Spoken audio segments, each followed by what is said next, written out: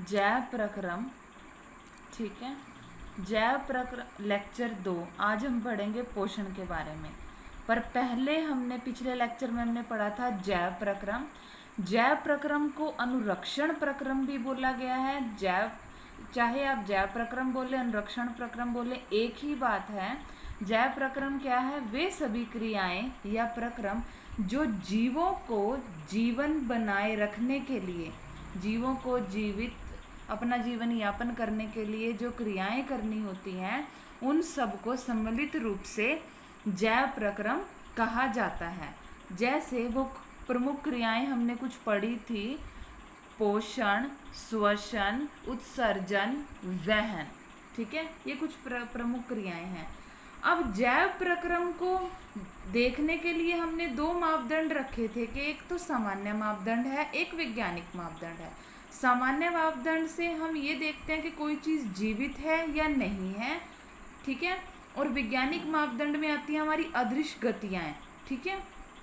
सामान्य मापदंड से हम जैव प्रक्रम को कैसे बताएंगे कि जैसे बिल्ली का चलना, व्यक्ति का दौड़ना, शरीर के अंगों का हिलना जैसे श्वसन में होता है, और गाय का जुगाली करना, पेड़ पौधों का विकास करना, ठीक है। विकास से ही पता चलता है, ये वो सामान्य मापदंड है जिनको देखते ही हम बता सकते हैं कि वो जैव में आता है या अजैव में आता है, मतलब कोई चीज़ जीवित है या नहीं है, ठीक है। वैज्ञानिक मापदंड में अदृश्य गतियाँ कौन सी आती हैं? जो कोशिकाओं की गतियाँ होती हैं, जैसे श्वसन करना, उत्सर्जन करना, ठीक है, सांस लेने में हृदय धड़कता है, ये सब अंदरूनी कोशिकाओं का है, काम है। ये एक वैज्ञानिक मापदंड है जिससे हम जैव प्रक्रम की कुछ प्रक्रियाओं को बता सकते हैं, ठीक है।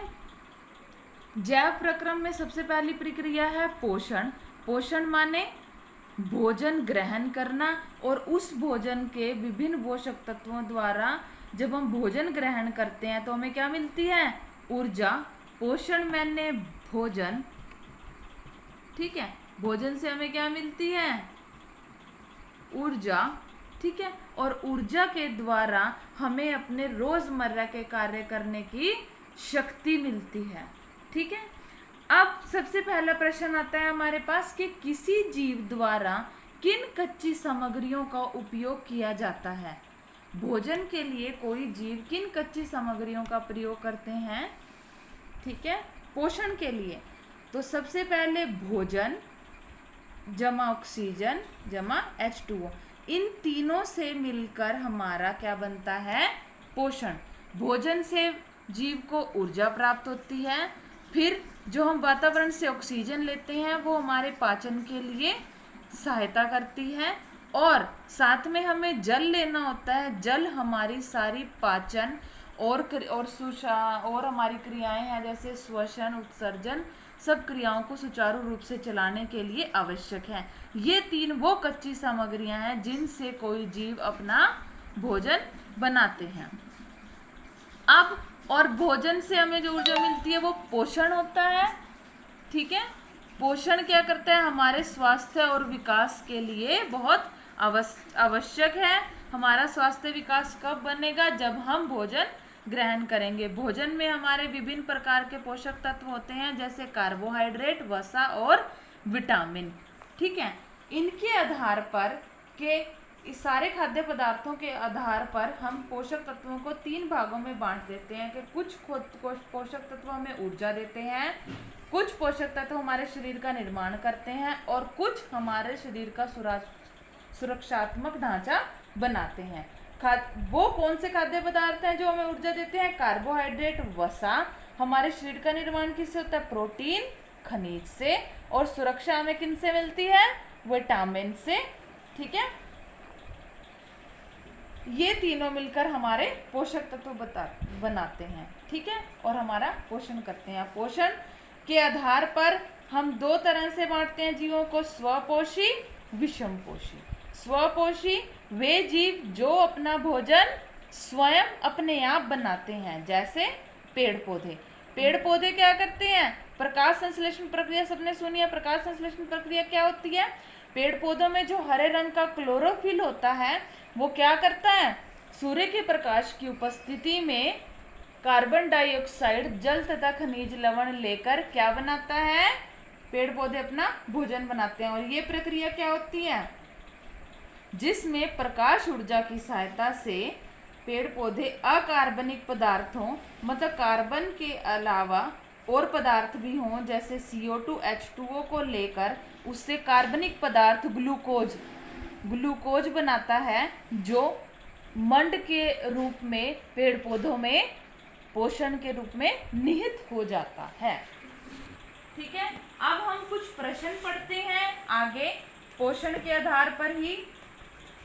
स्वयं पोषी, विषम पोषी पोषण हम पहले पढ़ चुके हैं।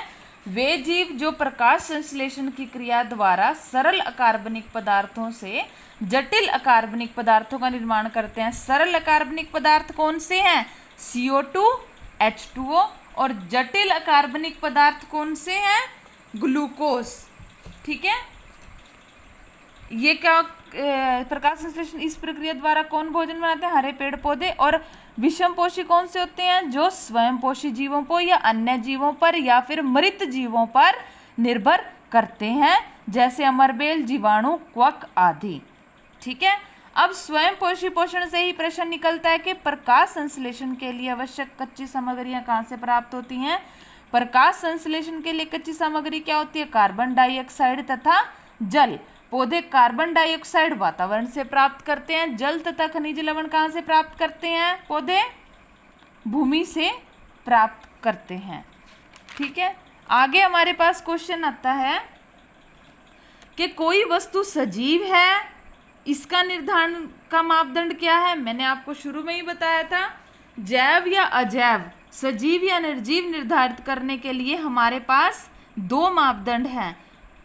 तो हमारे पास दो मापदंड हैं। सामान्य मापदंड के देखकर हम बता सकते हैं कि जैसे कोई व्यक्ति सांस लेता है, बढ़ता है, दौड़ता है, चलता है, तो वो सामान्य मापदंड है। ठीक है, वो सजीव में आता है।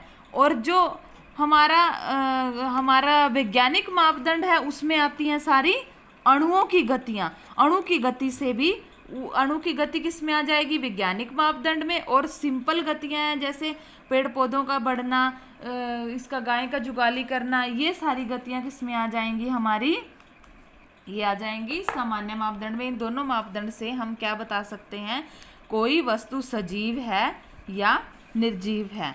अब इसके बाद जीवन के अनुरक्षण के लिए आप किन प्रक्रम को आवश्यक मानेंगे, वही अनुरक्षण प्रक्रम वही है, कौन सा प्रक्रम, जैव प्रक्रम।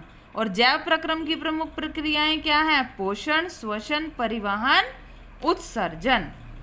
ठीक है, एक प्रश्न और शुरू में पूछा गया है, हमारे जैसे बहुकोशीय जीवों में ऑक्सीजन की आवश्यकता पूरी करने में विसरण क्यों अपर्याप्त है। अगर हम विसरण की बात करें तो विसरण का मतलब क्या है, केवल बाहरी त्वचा या कोशिकाओं द्वारा वातावरण में जिन चीज़ों का आदान प्रदान होता है। ठीक है, अब खाली आप ये नहीं कह सकते कि जो बाहर से या फिर हमारी त्वचा की बाहरी कोशिकाएं या पेड़ पौधों के रंध्र, इन्हीं से ऑक्सीजन की पूर्ति होती है। नहीं, ऑक्सीजन की पूर्ति हमारी आगे हमें श्वसन भी करना होगा, और फिर श्वसन से हमारे फेफड़ों द्वारा ऑक्सीजन अणुओं के द्वारा पूरे शरीर में एक